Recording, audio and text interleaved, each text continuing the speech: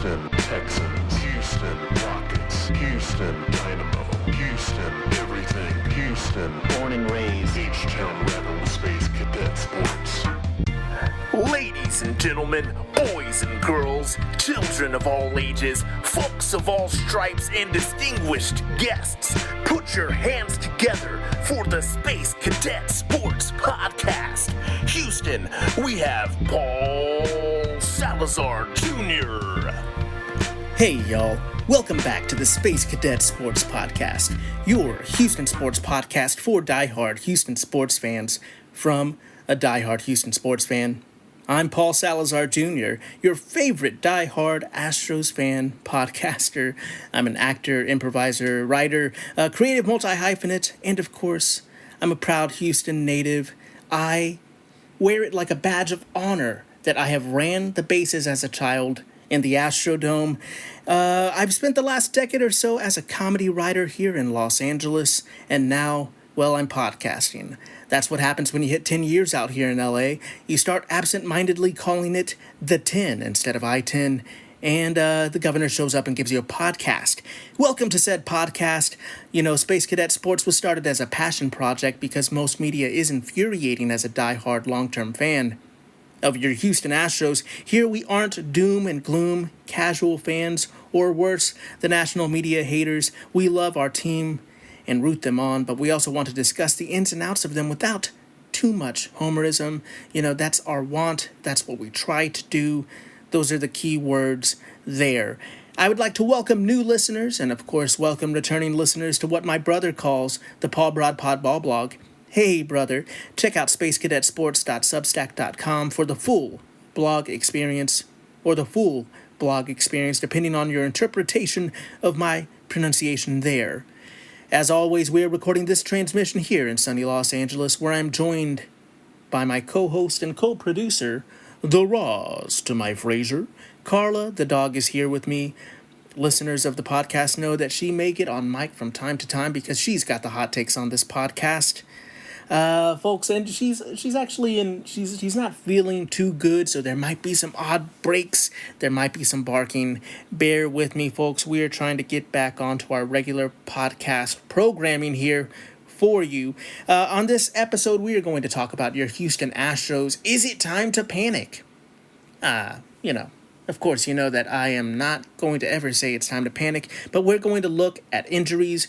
We're going to look at some problems with the lineup. We're going to look at some injuries in the starting rotation for our pitchers and try to figure out what we have to look forward to in this Mariners series that starts this evening. So let's get to it, folks. Before we get to the meat and potatoes of it, I'd like to garnish, I guess, real quick with a good day, mates. I'd like to wish a good day, mates, to our Australian listeners out there. It is an inside joke, and I'm going to just not talk about it. Why? Because if you're new here, I want it to be a surprise. And if you've been here a while, I want you to have your inside joke. But good day, mates, either way. Let's go ahead and get to it, folks. Really, we're looking at injuries today. The biggest thing is, obviously, Hayden Wesneski is getting surgery. He will be out for an extended amount of time, recovering from that surgery. Obviously, we were very high on Hayden Wesneski here on the podcast. Astros fans that have been paying attention, that have been critical of that Kyle Tucker trade, we've been watching this man's career with great interest, like a Senator Palpatine of Astros fandom. I truly was bullish on how much I thought he would contribute to the Astros this season in the back end of the rotation there for us. Maybe even bouncing back to the bullpen, because potentially, he's kind of like Ronald Blanco, where he has had starting type stuff in the past. He's primarily been used as a reliever up until his point coming to the Astros. I mean, Ronell, I don't think he ever was used as a starter, or was considered to be a starter at the major league level. At least Wesneski, there was some considerations for him being a starter in the Cubs organization. I think, you never. It's tough talking about athletes as if they're just commodities. This is very much a man that we do feel bad for. I think where he was a Houston native, which makes us have a little bit more empathy, of course, as fans. But you see somebody have what looks like the potential to be a breakout season, and then go down with an injury. It's never what you want to see. So obviously, while we are talking about it through the lens of the organization and through the lens of fans, I just want to, we wish Wesneski a healthy recovery, but it definitely makes that back into the rotation a little bit more difficult to navigate for general manager Dana Brown. We've been seeing a lot of rookie pitchers this season. We've seen AJ Blueball. We've seen Ryan Gusto. We have Colton Gordon being pulled up. I feel like we've seen some really good stuff from some of those guys at points. We've seen some inconsistent moments as well. So it seems a little dangerous. It seems a little scary to depend on some of those more untested arms at this point, because another pitcher that we were hoping to depend on this year, kind of in the back of the rotation, even though he, technically was like right smack in the middle of the rotation at the beginning of the season, was the spaghetti monster himself. I'm trying to say there. Apologies. Spencer Arrighetti is still on the IL list, suffering from a broken thumb that he got in a pretty much, a freak accident in some batting practice there. We're hoping for a quick recovery for Spencer Arrighetti, but now more than ever, because we need some help in this rotation. And sadly, at this point, with Spencer Arrighetti's 1 year of time as a starting pitcher for the Houston Astros, that's looking mighty tasty compared to the other experience of some of the arms that could be in the back end of that rotation. And to add insult to injury for Astros fans, Ronel Blanco got diagnosed with discomfort and was sent back to Houston for imaging, and that's not a good sign. Obviously, that is a general and vague diagnosis, and a lot of people are critical towards the Astros for, how much they don't send out medical information all the time. And to me, I just think it's a little silly at times that this is one of the things that Astros fans get really upset about, or fans get upset about, is the Astros don't have a lot of clarity in medical diagnosing at the beginning of when they're basically sending it out here to the public. Why do you need to know the diagnosis? All you need to know is the man isn't playing baseball. I really think that sometimes the Astros play their cards close to their chest because of trades, because they don't want the team to be desperate or seem desperate at times in the past, kind of a little bit of business decisions by not letting out a lot of medical information. And, I really think at other times like this with the Ronel Blanco situation, I think there's a lot of inflammation, there's discomfort, and the Astros don't have enough information to give a proper diagnosis. Same thing with Hayden Wesneski. They said in first imaging that his arm was so inflamed that they needed to wait for it to subside so that they could get a better look at it. I think people are being really weird here. I think it's truly stems from, gambling, and like I've said before, I've made a fun sports wager or two in my day. I'm not trying to be a complete hypocrite and say gamblers are degenerates, but but what I think is degenerate behavior, not gambling, but degenerate behavior is getting mad at the Astros for not giving you a complete diagnosis so you know how to set daily fantasy. I think that is where we split apart as fans. Because for me, I don't understand why we need to get a perfect diagnosis off the jump, off the first image. Usually what happens is you get further imaging. You want to make sure that you're doing the right thing for the athlete or the person in the situation, and you wait for a clear picture before you go for a full diagnosis. Sometimes it's smarter to just say discomfort. And honestly, with baseball, I don't see why we need to go into complete detail for every single thing that these players are going through. We aren't making the investment in the players as fans. The team is making an investment in them, right? And at some point, if the team starts making a lot of bad investments, then obviously that's where it can get to you kind of as a fan. But I just don't understand why fans are so up in arms all the time. Astros fans in particular. Haters, I get. There's always other fans that are looking to just hate and pile on. But Astros fans that get upset about the team not always being as clear or just saying discomfort in the first beginning stages, I don't understand that. I really don't.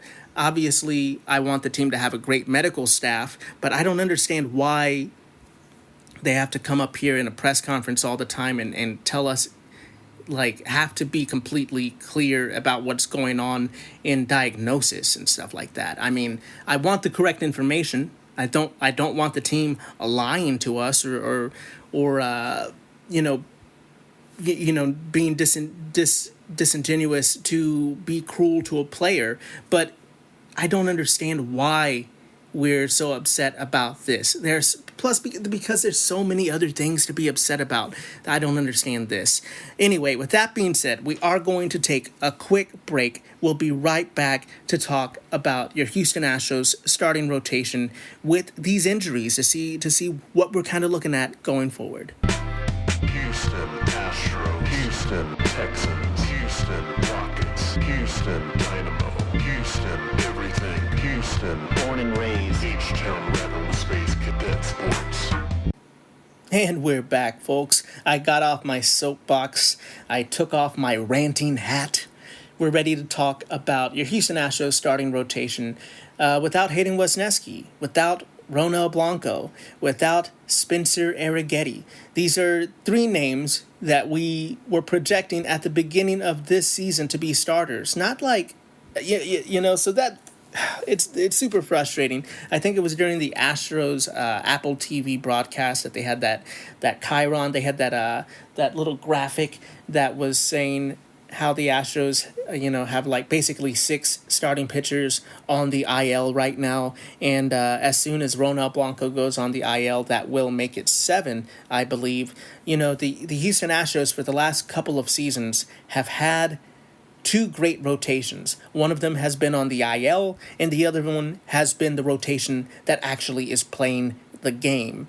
And this isn't an Astros problem. A lot of people that are being critical of the medical staff or the medical clarity that the Astros give, they might say, what are they doing to not protect their pitchers here? This problem has been a problem throughout baseball, and honestly, it's a big conversation. I've spoken to it in the past briefly. I don't think I truly have the data or have the knowledge to say exactly why pitchers are getting hurt so frequently in Major League Baseball, but it is obviously a thing. It is a thing that is happening. It could be a bunch of factors. Obviously, the primary one that a lot of people smarter than me say is how much we chase spin rate, and how much torque these arms are putting on themselves. Also, the fact that there is such a small grip on Major League Baseball's ball makes it a lot harder to throw these balls and forces a lot more torque and twisting and whipping your arm to kind of get the movement you're trying to get from these balls that don't have pronounced seams. Obviously there's a pitch clock and a bunch of other issues that people will bring up when we talk about pitchers getting hurt a lot. So it's not just an Astros problem. It is a league-wide problem, but it seems like the Astros are one of the teams, up there with the Dodgers that always has a full rotation of solid pitchers on the IL. So, let's kind of look at the rotation going forward. At the top of the rotation, obviously, we're going to have Framber Valdez and Hunter Brown. Obviously, Hunter Brown has been making a case for being the ace on the staff lately, even though he had a really tough game against the Tampa Bay Rays. I almost said at Tropicana, but that wasn't the case. They were at George Steinbrenner this time around. But, I think Hunter Brown has been making a name for himself. He had the highest pitching Fangraphs WAR going into before his disastrous start there at Steinbrenner Field, or I'm not sure what the correct name is for the minor league park that the poor Rays have to play in. But I do think obviously Framber and Hunter are being incredible right now. They are really solidifying this rotation. Obviously, the Astros are not playing exactly the way that us fans are hoping for, but this has still been a very good team despite all of their struggles this season. And you really can point to Framber and Hunter and thank them for their service here, folks, because they really have been great. Whether you want to argue which one is number one, which one is number two, they're great couple of aces to have at the top of our lineup. And as a brief side note, I was watching MLB Network and I saw a graphic of Framber Valdez in a Yankees uniform, and I turned it right off. I just couldn't. I didn't know what they were speculating, what type of trade or free agency thing, but I just couldn't even look at it. I turned the TV off and walked out of the house. I left the house completely. I'm never going back. But obviously, we're not the only ones that think very highly of Hunter Brown and La Grasa. So, we love those guys at the top, but what do we have next? Obviously, we have a pitcher that is starting tonight, and I'm not talking about George Kirby, who's making his season debut with Seattle. We're talking about Lance McCullers Jr. in the Houston Astros uniform, Mr. Bury Me in the H, Mr. I don't even know. I guess I'm Mr. Stop talking about Lance McCullers Jr. Keep my pitcher's name out of your mouth. Okay? I'm warning you right now, internet trolls. We love Lance McCullers Jr. here on the podcast as a man, as a person, as someone who's given us a lot in the past. But right now, this season, obviously, talking about it realistically, we are hoping that he continues to build on his last start. He's had some rough moments so far this season, but right now, unfortunately for the Houston Astros, Lance McCullers Jr. isn't here to just kind of pick up some starts when they're in a six-man rotation and build himself back up to strong health. Now, Lance McCullers Jr. is going to be relied upon to be a major part of this rotation and to be a competitive part of this rotation. And, that's not really that fair, but also things aren't fair, and baseball is tough, and the Astros are a competitive team. So we're looking for Lance McCullers to go out there and throw strikes. We're looking for him to locate the best of his ability. Obviously, there are times that Lance McCullers... Houston Astros, Houston Texans, Houston Rockets, Houston Dynamo, Houston everything, Houston Morning Rays, H-Town Rebel Space Cadet Sports.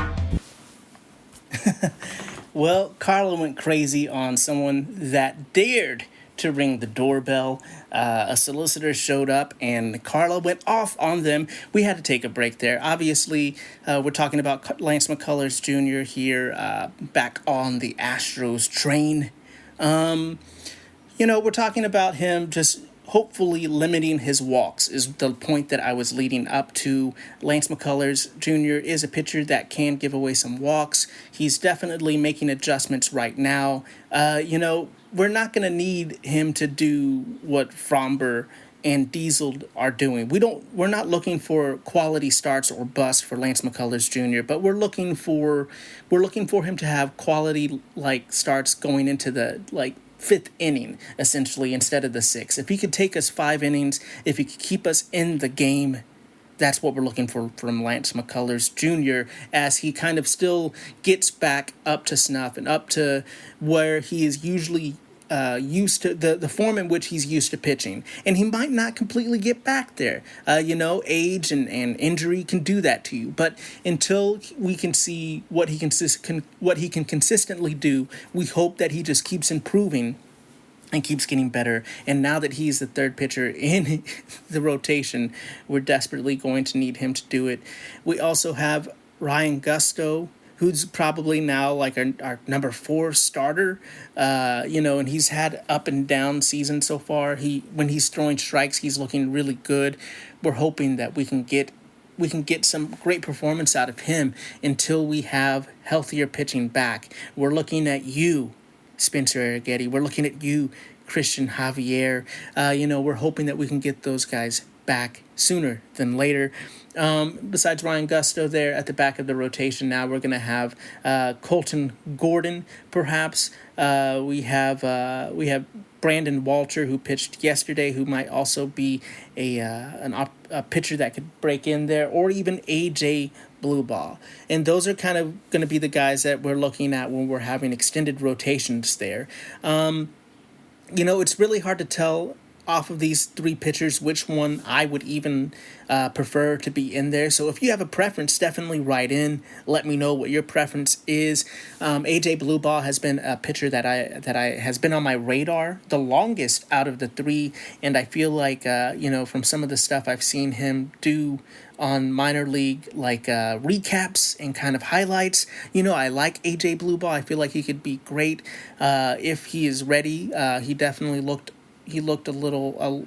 He didn't look to be the best pitcher of the bunch when he had his start so far this season. Maybe we're going to be all lefties, and we have Fromber, Gordon, and Walter all in the rotation. We'll see, folks. But this rotation, at the end of the day, we're really going to need the veterans here to do heavy lifting until Spencer Arrighetti gets back. There's also the Sean Dubin and Logan Van Way of it all. Or Logan Van Wy, I apologize. I can't even say apologies correctly. And I still mispronounce. I was trying to say apologize. There we go, folks. We know this podcast is coming towards an end. But no, I really do think that that there are some arms in the bullpen that maybe get stretched out that might be able to do an open start or a bullpen game if needed. What I know, if nothing else, is that Dana Brown is going to bring in some pitchers when needed. Yeah, last season we had like 40 pitchers that we used in the season, and Dana Brown was kind of masterful at getting this team to have just enough pitching during the season. I mean, we got to the playoffs. We came back out of a hole. When I say we, of course, I mean the Houston Astros. I was not there helping them. I was just talking about them. To be clear, that I'm not included in that we. It's just that hometown that hometown ridiculousness where you think you're on the team when you're talking about them broadly. But no, the Astros, they worked hard to pull themselves out of that hole, and they were AL West champs, folks. So I really think that we can put some faith in Dana Brown finding us some pitching, but he has a hard task ahead of him. And that doesn't even include the fact that this team's offense is looking rough right now. I am very excited about Jake Myers being so incredible this May. Jake the Rake has been on fire, but if the offense is relying on Jake Myers, it's some tough times for the Houston Astros offense. The fact of the matter is, this season, my complaint has been we need the heart of the lineup to really slug. And unfortunately, that has been the same thing that a thing that I've been talking about way too much this season, and the same thing that will couple with last season. I talked about hitting with runners in scoring position a lot, and I'm talking about that again this season. Hitting with runners in scoring position is a struggle for the Astros. The heart of the lineup, hitting with runners in scoring position, has been abysmal. It has been awful to watch 3 and 4 go up for the Houston Astros and knock some runners in. It has been frustrating, folks, and part of it has been Christian Walker, who's taken a lot of heat here on the podcast. We are fair. It's not like I'm trying to be cruel to Christian Walker. It's just he's had a tough season, and I think, we have done the opposite of what most people are saying. It's like, well, he's gotten paid, he doesn't want to work. I think it's truly the opposite for Walker. He's gotten paid, and he feels the burden on his shoulders to lift this lineup up, and the pressure's kind of getting to him. A little bit like Josh Hader last season. But just like Josh Hader last season, I believe in Christian Walker's talent. He will turn around. This isn't Jose Abreu. This isn't a player that might be towards the end of their career and is losing some of their talents. Christian Walker is going to figure it out. And don't stress. Don't say that first base is haunted. Of course, we can jokingly say first base is haunted for the Houston Astros, but I really think Christian Walker is going to figure it out. I think we need Yordan Alvarez back healthy, and we need Jose Altuve to get out of his slump. We have Isaac Paredes hitting amazingly. We have Jeremy Pena just really being an amazing leadoff hitter out of nowhere, folks. I mean, I was talking about Jeremy Pena as a leadoff hitter in his rookie season kind of as a pipe dream, but now it's really a reality, and I love to see it. But I think this offense is so close to putting it together. I think we need Yordan to be back to MASH. He'll protect Walker, and things will just start rolling, folks. I really can see that happening, and that's what I'm wishing for. But right now, as we look at it, there's a lot of wishing and hoping, because this team is not completely healthy, and this team needs to find it within themselves to kind of pull themselves back up. But I've seen the Astros bounce back from time and time again, and I'm pretty sure that they have what it takes to do it again this season. So I have faith, folks. I'm not even bringing out the Space Cadet Sports Houston Astros official panic meter, because I'm not panicking. I'm saying let's see how this summer starts. Let's see how they deal with this adversity. I think they might show us something that we might not have thought they can do. I think they're going to do great. We're looking at the Seattle series going forward. It's a big series for this Houston Astros. This division is tight. It is close.